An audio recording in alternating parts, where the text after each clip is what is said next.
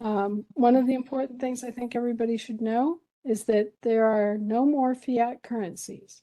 All of the currencies are now asset-backed. Another thing, In the world, in the entire world? it's the first time it's ever happened. How did that happen? It had to happen because all of the nobody was going to play the game anymore. So everything has been funded. All of the currencies, including the FRN, are now asset-backed. All of them will be trading. There'll be essentially a big board, and the exchange rates will show every day. You will be free to take your currency in, whatever currency it is, and exchange it in whatever way you want. There will no longer be these obstructions preventing you from changing your money into any other currency.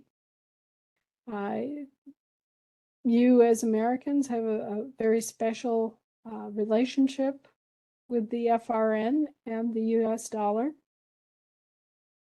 and the American Federation dollar, and you will have some significant advantages.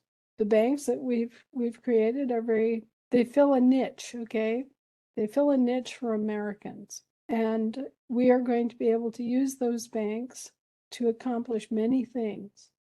Money is finally going to be handled in a way that is different than anything you've ever experienced before.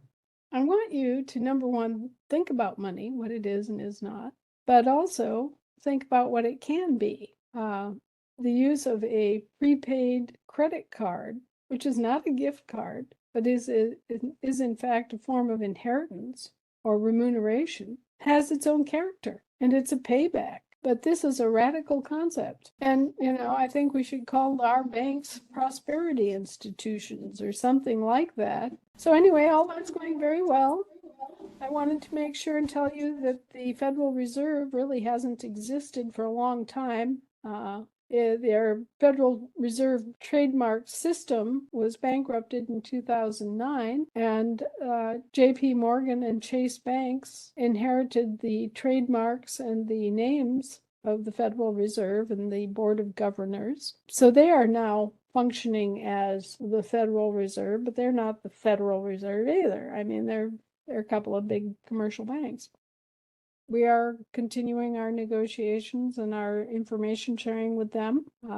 We are intent on opening up the economy of the world. What I see is this vast opportunity to open up the world economy to all of these desperately poor people all over the world who've been left out and not allowed to live and thrive and be part of a world economy. The banks that are not banks are doing really well. They're technically, excellent. They're working on one program that will be an instant daily exchange rate calculator, an algorithm that does that for all of the different currencies in the world and adds new ones as they arrive. We're just moving straight ahead in a very business-like manner and, creating more reciprocal relationships with vendors and with other governments and with other banks. Because this is being presented under ecclesiastical law, I'm going to have to kind of take this entire ball of wax that's been created in the process and summarize it in a way that makes sense under ecclesiastical law.